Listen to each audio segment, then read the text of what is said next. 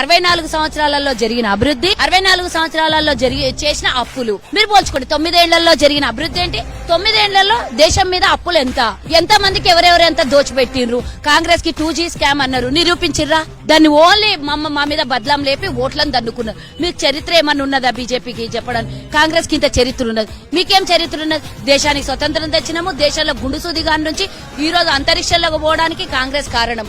NASA అట్లాంటి సంస్థల్ని ఏర్పాటు చేసింది కాంగ్రెస్. ఈ రోజు అణుబాంబు వరకు తయారు చేసింది కాంగ్రెస్ హయాంలో. మీరేం చేసిండ్రు?